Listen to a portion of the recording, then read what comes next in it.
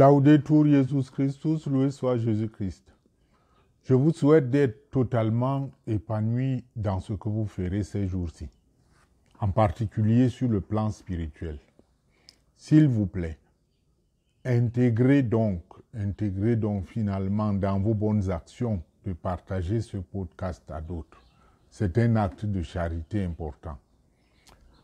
Bien, nous parlerons cette fois-ci de la pénitence. Comme vous en savez déjà un peu trop, je vais insister ici sur les actes de pénitence formellement interdits. La pénitence fait référence à des actes de repentir et de réparation de vos fautes. Cela implique que vous les reconnaissiez avec un humble et sincère regret et que vous en demandiez pardon. En conséquence, que vous cherchiez à ne pas retomber dans les mêmes erreurs. Il y a plusieurs formes de pénitence que vous pratiquez déjà, les prières spéciales, le jeûne, l'abstinence, l'aumône, et bien évidemment aussi pour les catholiques, la confession auprès d'un prêtre valide et apte. La Semaine Sainte est un moment plus que favori pour faire pénitence. Des pèlerinages, des jeûnes, des longs parcours de chemin de croix, même à genoux pour certains, des heures de prière familiale longues, parfois imposées même aux enfants, tout y passe. Mais saviez-vous qu'il y a des actes de pénitence qui pourraient être considérés comme des péchés parce que dangereux pour la santé et pour la société, et que l'Église les interdit? Il y a de cela quelques années, un groupe de spiritualité catholique a perdu un de ses éminents membres d'une manière brusque et douloureuse. C'était à la fin d'une retraite de 5 jours. Il a suffi d'une petite enquête pour découvrir que la personne défunte avait choisi de faire un jeûne à l'eau durant toute cette retraite. Elle est décédée d'une hypoglycémie. J'ai aussi entendu parler, cette fois-là ça va vous amuser peut-être, mais il faut quand même vous le dire. J'ai entendu parler d'un foyer qui a volé en éclats parce que l'homme portait en prière un grand projet professionnel pour lequel il s'était donné de vivre une pénitence particulière. Cette pénitence porte le nom d'un célèbre saint qu'il a longtemps vécu. C'est la pénitence Saint-Pierre d'Alcantara, c'est-à-dire s'abstenir de tout bain, de toutes ablutions pendant 40 jours et 40 nuits.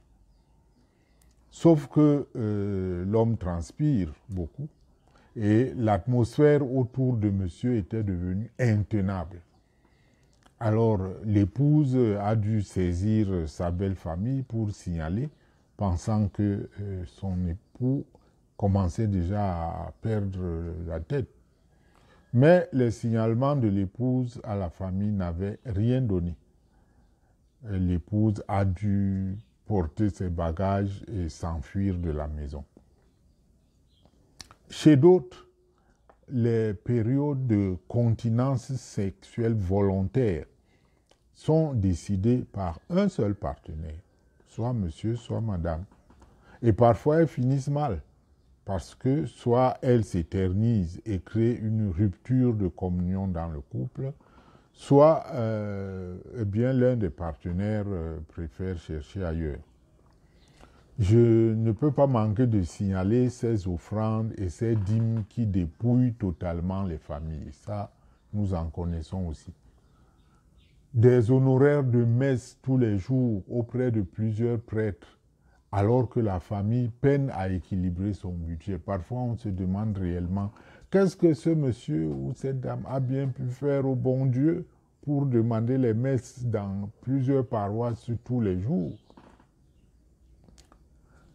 Il y a aussi des silences de mort. Là, ça concerne particulièrement les religieux et religieuses. religieuses, hein, qui souvent vivent dans un milieu enfermé et parfois le silence est de rigueur tel que même la morsure d'un serpent venimeux ne vous autorise pas à parler durant certains temps forts comme le carême.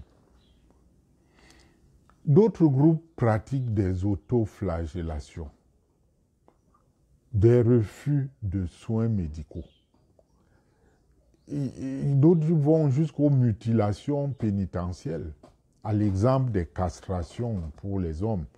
Vous savez ce qu'on appelle des castrations. Quand vous avez un chien ou un chat et vous ne voulez pas que votre chien, votre chat se mette à sortir la nuit, à s'en aller chercher des femelles, alors vous faites une petite chirurgie. Il y en a qui le font faire par des spécialistes, mais d'autres bricolent, une petite chirurgie, et vous enlevez les testicules.